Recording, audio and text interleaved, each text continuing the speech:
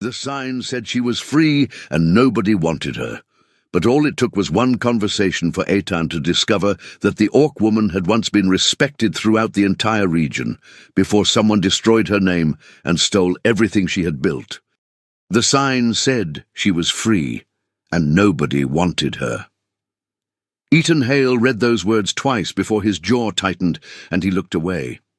He told himself it was none of his business. He had feed to buy, a broken water trough to replace, and 2 horses that had been limping for reasons nobody on the Hale ranch could explain. He had come to Stoneford with a short list and short a coin. He did not have room for other people's problems. He had learned that the hard way. He had been awake since 4 in the morning. The road from his property to Stoneford ran 12 miles through cracked red earth and dry scrub oak, and he had made the trip alone, as he always did. The saddle leather was warm against his thighs. The sky overhead was pale and enormous. For most of the ride, he had not thought about anything at all, which was how he preferred things. Stoneford's market sprawled across 4 city blocks, louder and more crowded than he remembered from his last visit. 60 years after the Peace of Cathara, the sight of green-skinned orc traders arguing prices beside human farmers no longer surprised anyone. That was what people said anyway. Eitan noticed the way certain men turned their shoulders when an orc family passed. He noticed the small silences that opened up in a crowd whenever someone who wasn't human tried to negotiate at a prime stall. Nobody said anything. Nobody ever said anything anymore. That was the difference 60 years made. He passed a blacksmith's, a grain merchant, a woman selling dried herbs from a blue cart. He bought rope. He examined a water fitting that cost twice what he expected and walked away from it. He ate half a piece of cornbread he had brought from home. Ordinary things, the kind of morning he had built his life around. Then he turned into the smaller lane that cut behind the livestock pens. And he stopped. At the far end of the lane, where the crowd thinned to almost nothing, a wooden post rose from the dry earth. Around the post, a length of heavy chain had been wrapped twice and locked. At the end of that chain sat a woman. He registered her orc heritage immediately. The emerald tint of her skin, dusty now and streaked with grime. The slight point of her ears visible through tangled black hair that fell past her waist in clumps. She sat with her knees drawn up and her back against the post, and her eyes focused somewhere low on the ground in front of her. The particular focus of someone who has learned not to see anything that will only hurt them. She was very thin. Her clothes were old. Her wrists, where the chain connected, showed the darkened marks of long wear. A piece of rough board hung from the chain by a short piece of wire. Someone had painted 4 words on it in black. Free. Nobody wants her. Eitan stood in the dust of that lane for a long moment. He had things to do. He reminded himself clearly of each one. The grain merchant, the water fitting, the long ride home before dark. He was 45 years old and had spent 20 of those years learning that he could not fix everything, and that trying to fix everything was what had cost him the most important things he had ever had. He turned and walked back the way he had come. He made it 11 steps. He stopped because of her eyes. He had not looked directly at them while he stood near her. But some part of him had registered them anyway, the way you register something very quiet in a room that is otherwise loud. She had not been looking at him. She had not been looking at the people passing at the far end of the lane. She had not been looking at anything. She had already left. That was what her face said. Whatever had happened to this woman, it had taken so long and cost so much that some essential part of her had simply gone somewhere else and left the body behind to manage on its own. Eitan had seen that look once before. He saw it every morning in his mirror for 2 years after his wife Clara died. He turned back. He kept his distance. He had learned early in life that approaching a frightened animal too fast was a good way to get kicked, and that the same was generally true of frightened people. So he stopped about 6 feet from her and did not move, and waited to see what she would do. She did nothing for a long time. She was so still she might have been carved. Then, without any movement of her head, her eyes shifted to his boots. He let her look. He did not speak. He stood in the thin morning shade of a building that smelled of old hay, and let her decide what kind of threat he was. She seemed to conclude that he was some kind of threat, because after several seconds her arms rose and crossed in front of her face. The motion was too fast and too smooth to be deliberate. It was the movement of a body that had practiced protecting itself. A muscle memory built over years of someone else's hands. Something in Aitan's chest made a sound like a door closing quietly in an empty house. He did not move toward her. He did not speak. He simply waited until her arms lowered a fraction, not all the way, but enough to show that she was still watching. And then he unhooked the canteen from his belt and crouched down and set it on the ground between them. He did not offer it to her. He did not explain it. He put it down and leaned back on his heels and looked at the wall of the building behind her, giving her the gift of not being watched. He heard the chain shift. He heard her breathing change. The small, careful sound of someone trying to move without being noticed, then the scrape of the canteen on the grit, then nothing for a moment, then drinking, slow at first, then the desperate, continuous swallowing of someone crossing a longer distance than anyone should have to cross without water.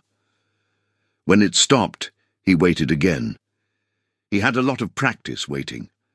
20 years ago, he had come home from the northern border with two things: his horse and a wound in his left shoulder that had healed wrong and still ached on cold mornings. He had told Clara very little about what he had seen up there. She had told him that silence was fine, that it would pass, and that there was always something to do on the farm when the nights got too loud. She had been right about that. She had been right about most things. She had been gone for 6 years now. He had kept the farm running, he had kept the horses, he had made it to every dawn and done everything that needed doing. But there was a weight to it now that there hadn't been before, a low and permanent heaviness that he had simply decided was the price of continuing. He reached into the tool pouch on his belt. The chain at the post rattled sharply. He heard her breath catch. He pulled out a short bolt cutter, the kind used for fence locks, and held it up so she could see it before he did anything else. "Chain," he said. That was the only word he said. She watched him. Her arms were up again. Her entire body was coiled with that particular tension he recognized from horses that had been badly handled. Not aggression exactly, but the absolute readiness to suffer. He moved slowly. He knelt beside the post where the chain attached and worked the bolt cutter into the weakest link. The metal was older than it looked. It took 3 attempts, then it fell. The chain hit the ground in a short, heavy sound, and a cloud of red dust rose and settled, and the woman who had been attached to the post was no longer attached to anything. She stared at her own wrists.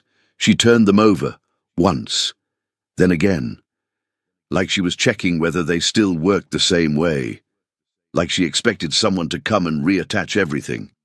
"You can go," Eitan said, "wherever you want. Nobody's holding you here." She did not move. He stood and brushed off his knees and picked up the canteen from the ground. He waited a reasonable amount of time. She still had not moved. Then she spoke. Her voice was low and rough from something, disuse or dryness, or something older and less curable than both. It cracked at the edge of the words, like the voice of someone who had stopped expecting to be heard. She said, "Go where?" Eitan had no answer for that. He looked at her for a moment. Then he said he would be in the market for another hour, and she could do whatever she chose. And he walked back toward the grain merchant's stall with the bolt cutter in his hand, and her question moving through him, like a stone dropped into still water, sending rings out to the edges of everything. He bought the grain. He looked at the water fitting again, and this time bought it, even though the price was wrong. Because the trough needed fixing, and there was no one else on the farm to fix it. He found a used saddle blanket in better condition than he expected, and added it to the pile on the back of his horse. He did everything on the list. He was aware the entire time of a presence at some distance behind him. Not close, not obvious, just a shadow that moved when he moved and stopped when he stopped, maintaining the careful interval of someone accustomed to being told to disappear on short notice. He did not turn around. He stopped at a feed merchant's stall near the center of the market, where a broad man with a red face was offering a bay stallion for a price that would have been remarkable if the horse had been worth half what the man was claiming. Eitan had bought and sold enough animals to know the difference between a salesman's patter and the truth, but the price was still attracting a small crowd, and he found himself drifting toward it to see what all the attention was for. The horse was beautiful on the surface. Deep chest, powerful hindquarters, the kind of bone structure that told a story. The merchant was telling his own story with great enthusiasm, a bloodline that went back to a famous Orc racing stable from the western provinces, he said. Stud fees alone would recoup the purchase price in 2 seasons. Eitan was reaching for the horse's near foreleg to check the joint when a voice spoke quietly from just behind his right shoulder. "Don't." He glanced back. She was standing 3 feet behind him, still dusty, still marked by the chain on her wrists, still carrying the look of someone who expected punishment for taking up space. But her eyes, when she looked at the horse, were different from anything he had seen in them before. They were sharp and focused and entirely certain. "His left testicle is atrophied," she said. Her voice was still rough but steadier than before. "You can see the imbalance in the way he stands if you look at his pelvis. He hasn't sired a foal in 2 years. Whoever sold him to this man knew and didn't say." She said it quietly. Not to the crowd, to him. The merchant turned immediately, volume rising, demanding to know who was speaking and on what authority. Several people in the crowd looked at her the way people in Stoneford looked at an Orc woman who spoke without being invited to. Not with hatred exactly, but with the specific irritation of people whose assumptions have been inconvenienced. Eitan looked at the horse again. He looked at the pelvic angle. He looked at the way the stallion shifted its weight. He was not an expert, but he could see now that someone had told him where to look. He stepped back from the stall. The merchant followed him with noise and grievance. Eitan walked away.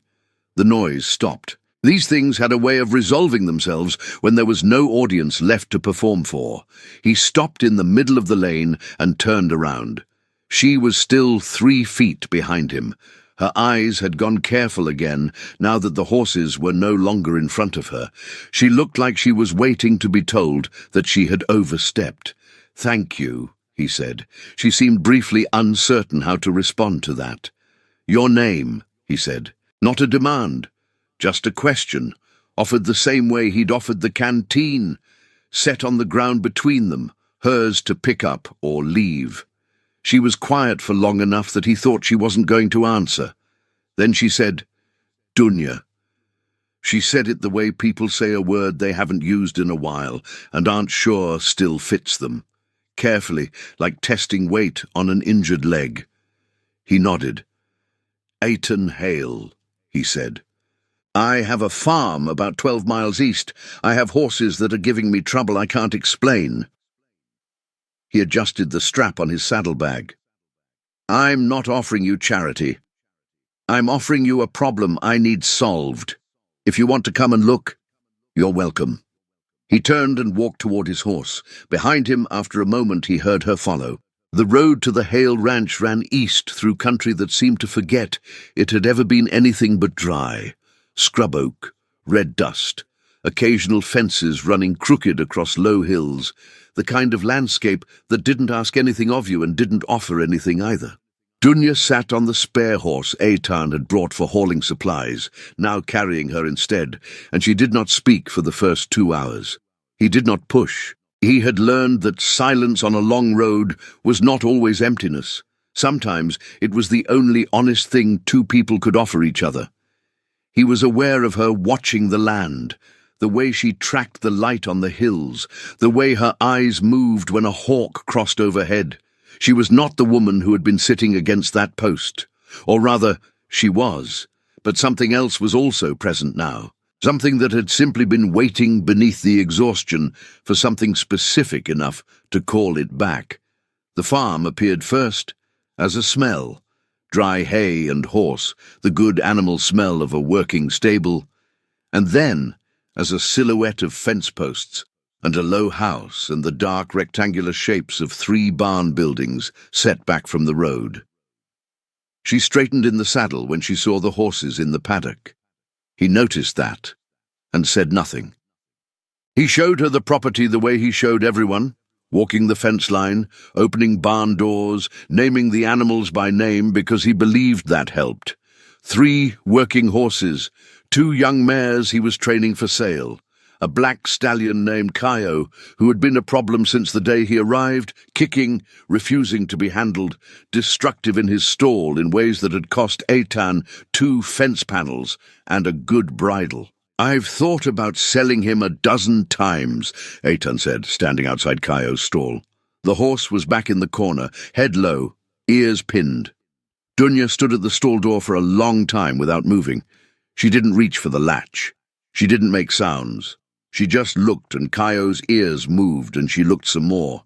"Don't sell him," she said. That was all she said about that. Inside the house, he set a pan on the stove and made a meal he would not have called remarkable. Salt pork, beans, cornbread from yesterday.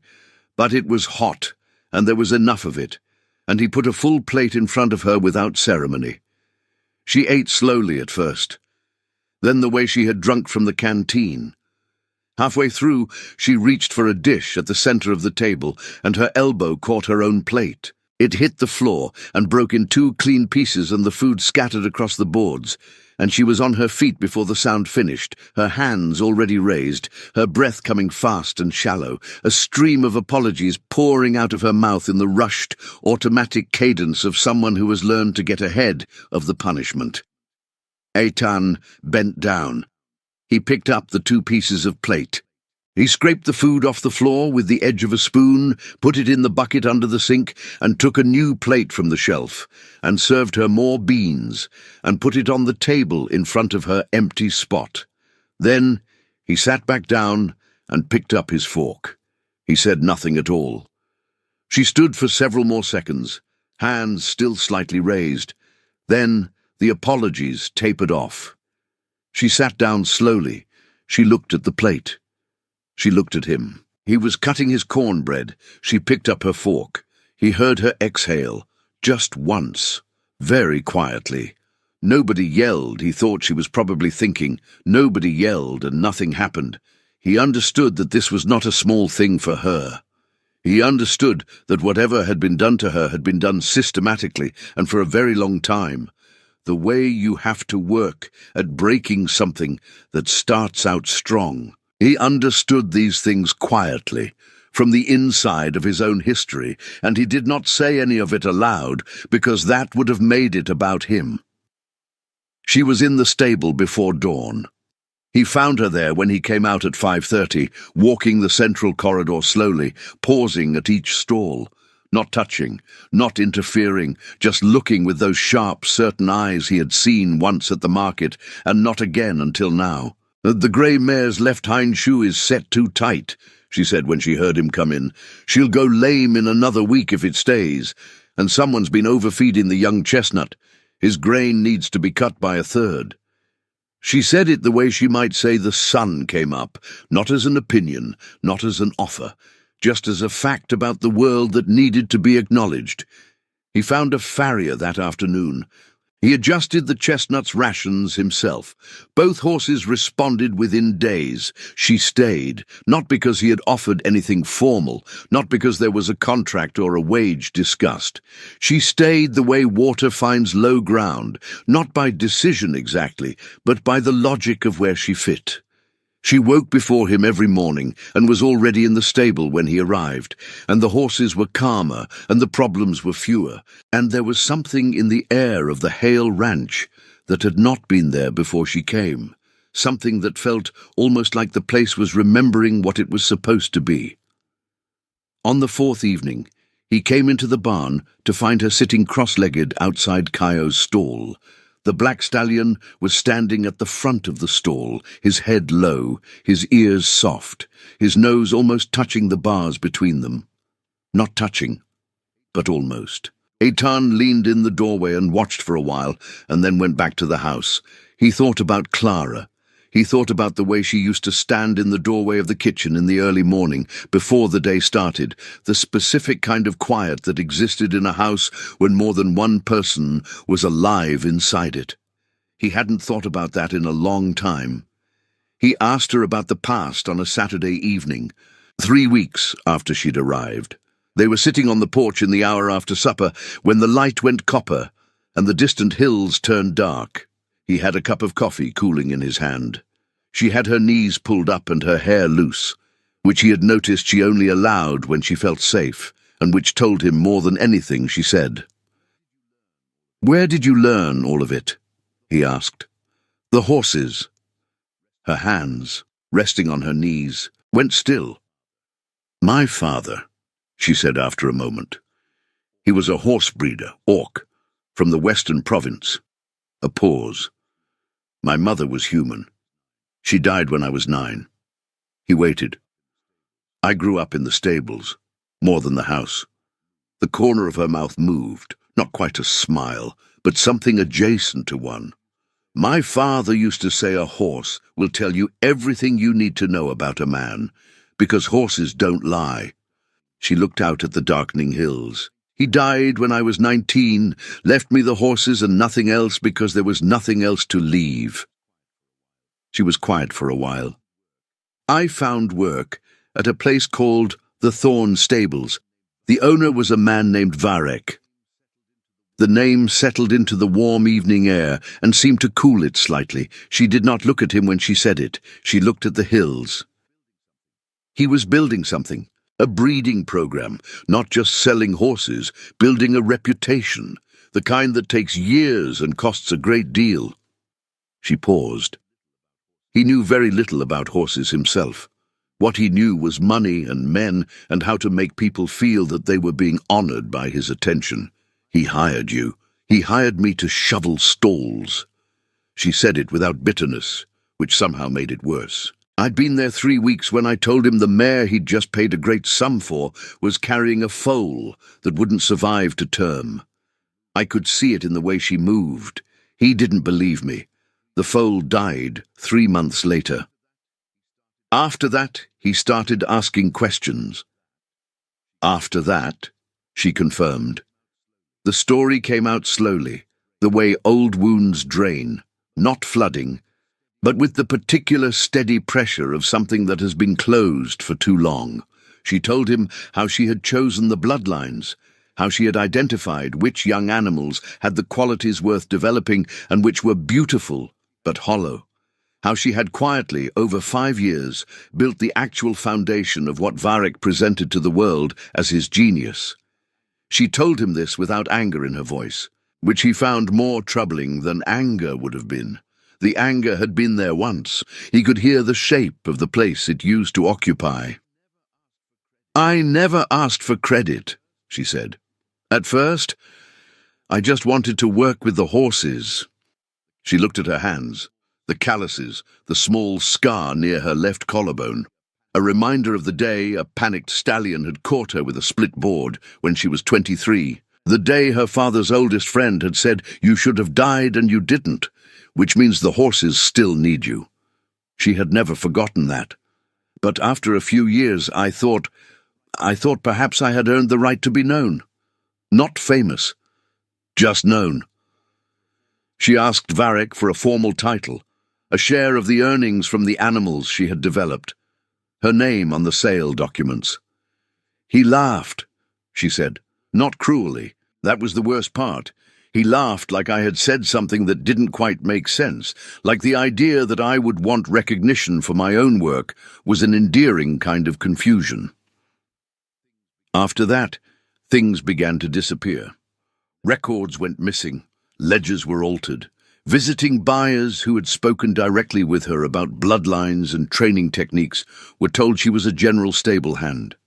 Twice, she later learned, Varric had quietly suggested to potential clients that she had been responsible for errors that had been his own. "He didn't fire me," she said. "He didn't have to. He just made the walls closer every month until there was no air left." She paused for a long moment. "Before I left," she said, "I took everything I had written down. 7 years of records, bloodlines, crossbreedings, training notes, every animal I had ever worked with. I wrapped them in oilcloth and hid them in the cellar of an abandoned property I used to use as a training ground, 2 hours east along the valley road." She looked at her hands again. "I always believed he'd found them eventually, so I never went back." Eitan was quiet for a moment. "He didn't find them," he said. "You know that, don't you?" She turned to look at him for the first time in a long while. In the lamplight from the open door behind them, her eyes were gold, not green, and very clear. "I know," she said softly. She looked back at the stars, and for a long moment, neither of them said anything, and the silence between them was the comfortable kind, the kind that doesn't need to be filled, that exists between people who have stopped pretending that everything is simpler than it is. 5 days before Bran appeared on the road, she and Eitan had gone to find the notebooks. They had ridden 2 hours east, along the valley road at first light, the country still cool and grey around them, neither of them speaking much. She had given him the directions the night before, and he had simply said, "We'll leave at dawn," and that had been the end of the discussion. The abandoned property was exactly as she had left it in her memory, perhaps smaller, the way places from the past tend to shrink when you return to them as a different person. The roof of the main building had partially collapsed.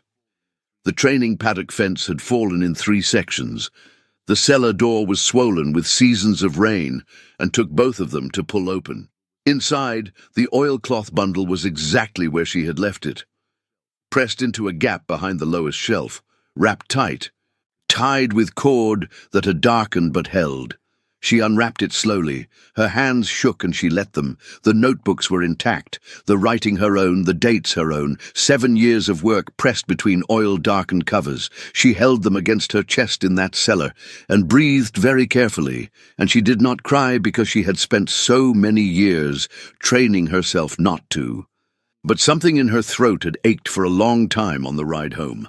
Now, Bran was coming up the road, and she knew exactly what his visit meant. She had seen him twice before, both times standing behind Varric at the kind of distance that meant, "This is the man who does the things I don't want to be seen doing." She recognized the way he sat his horse, the expressionless face of someone who had practiced controlling whatever he actually thought for so long that only the practice remained. Eitan came out of the barn when he heard the horse on the road. Bran dismounted without being invited to. He introduced himself by his first name and said he represented certain business interests in the region. He was polite in the particular way of someone who doesn't need to be rude because they believe the conversation is already decided. He offered Eitan a sum of money. He said it as though the number would close the matter before anything else needed to be said. The number was large enough that Eitan would not have to worry about the water fitting or the grain prices or the new fence sections for a long while. In exchange, Dunya would leave the Hale Ranch and relocate wherever she chose, as long as it was far and as long as it was quiet. And she would not speak to anyone about the Thorn stables or Varric or anything that had occurred during the years she worked there. Bran said all of this pleasantly, looking at Eitan, not at her. Dunya stood at the paddock fence with Kaio's lead rope in her hand and felt the old cold spread through her chest. She knew this feeling. It was the feeling of walls getting closer. It was the feeling of air being rationed. For a moment, just a moment, she thought about saying yes, about disappearing again, about the simplicity of not fighting something so large and so patient in its cruelty.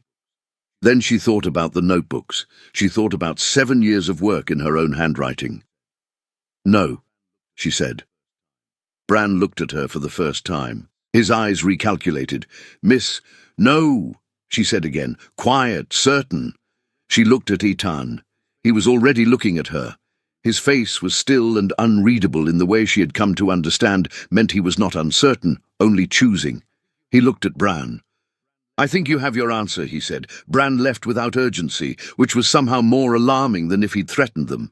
Men who left calmly were men who had other arrangements already made. The consequences arrived within the week. A buyer who had made a verbal agreement on 2 of Eitan's mares withdrew without explanation. A feed supplier who had dealt with the Hale Ranch for 9 years sent a message saying he was no longer able to make the route. The farrier who had fixed the grey mare's shoe was suddenly unavailable for future appointments. Each thing individually was explainable.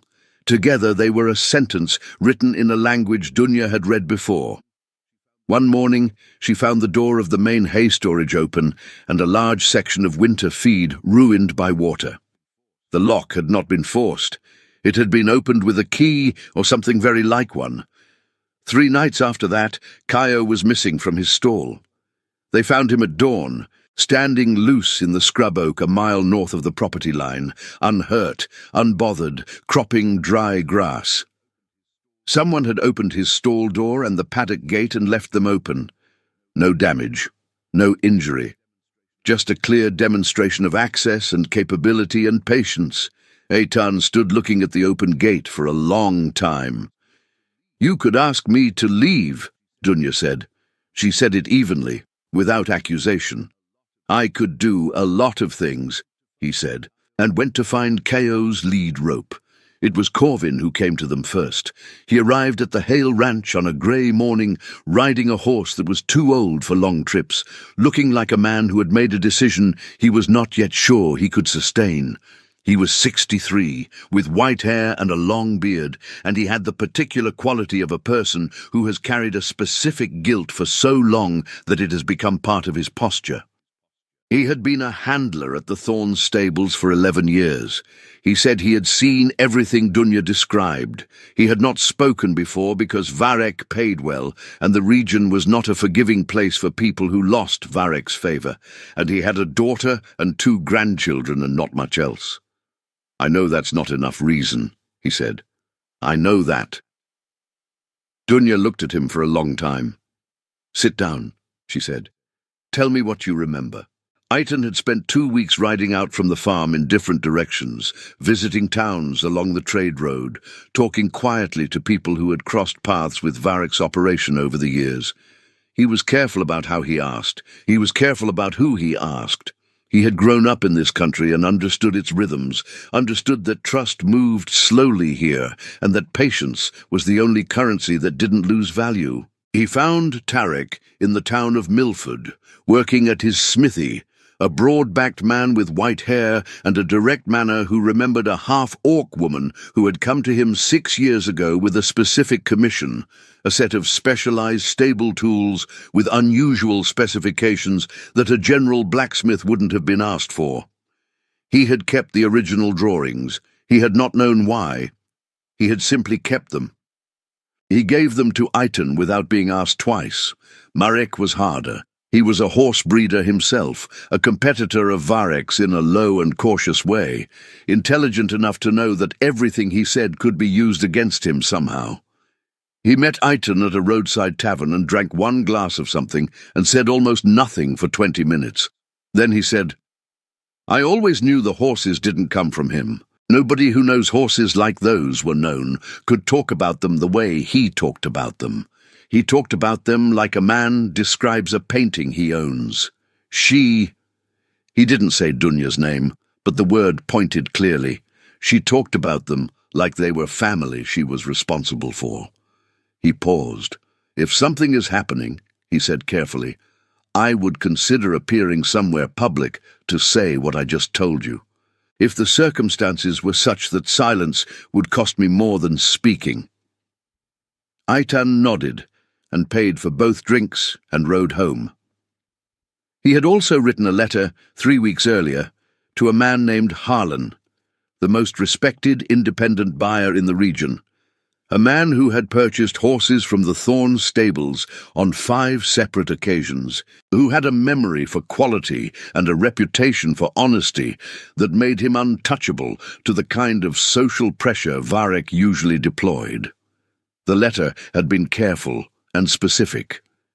He had not yet received a reply, and the silence sat in the back of his mind like an unturned stone.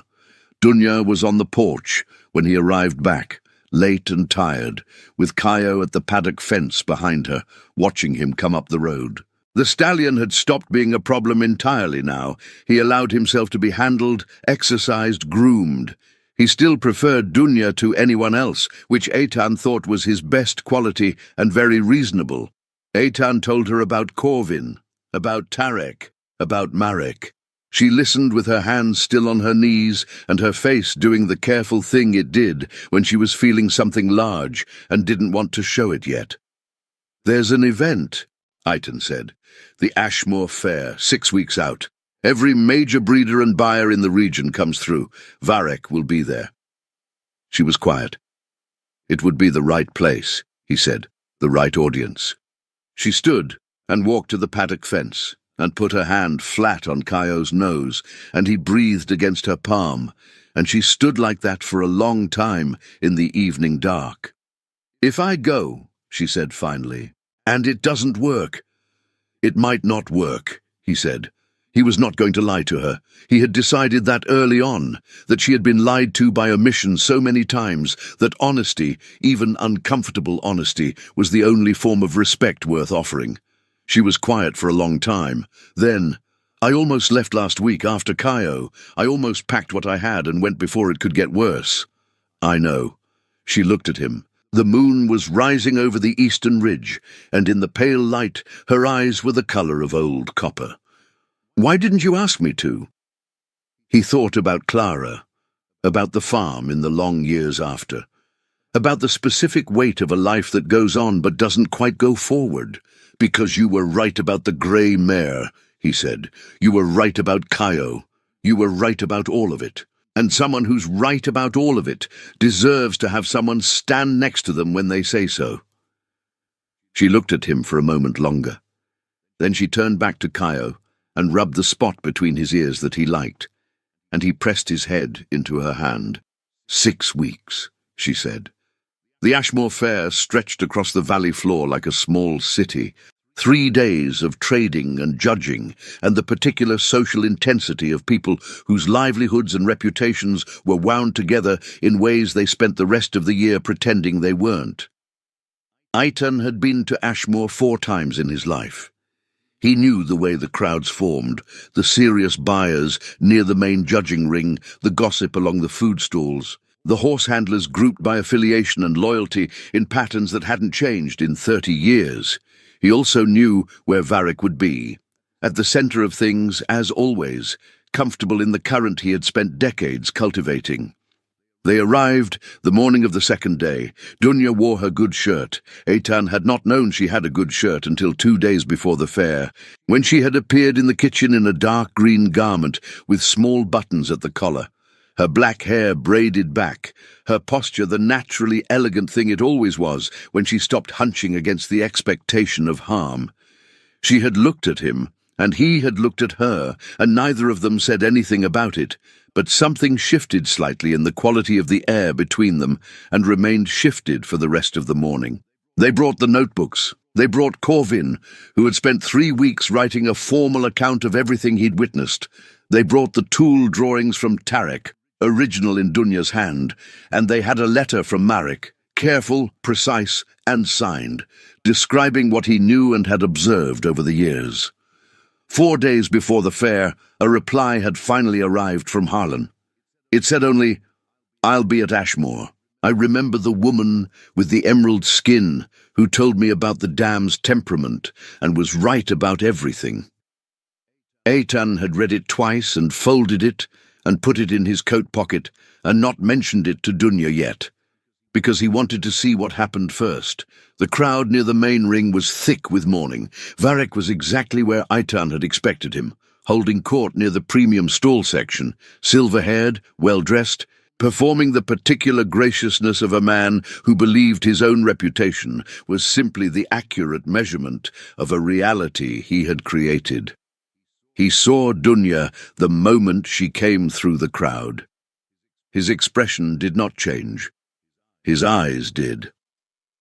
She walked to the center of the main thoroughfare, and Eitan walked beside her, and the crowd shifted and made space the way crowds do when something is about to happen that most of them don't yet understand. As she took her place, Dunya noticed a man near the edge of the crowd she hadn't expected. Bran, standing still, watching. He wore no expression. He made no move. She held his gaze for one moment and then turned away from him because what was about to happen did not require his permission or his absence. She spoke clearly. She did not shout. She did not accuse. She presented.